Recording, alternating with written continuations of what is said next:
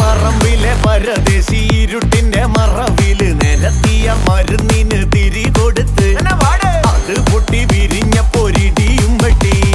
താനോ താനിന്താനോ താനിന്നാനേ, താനോ താനിന്താനോ താനിന്നാനേ. അത് പൊട്ടി വിരിഞ്ഞതും പല ഭാഗത്ത്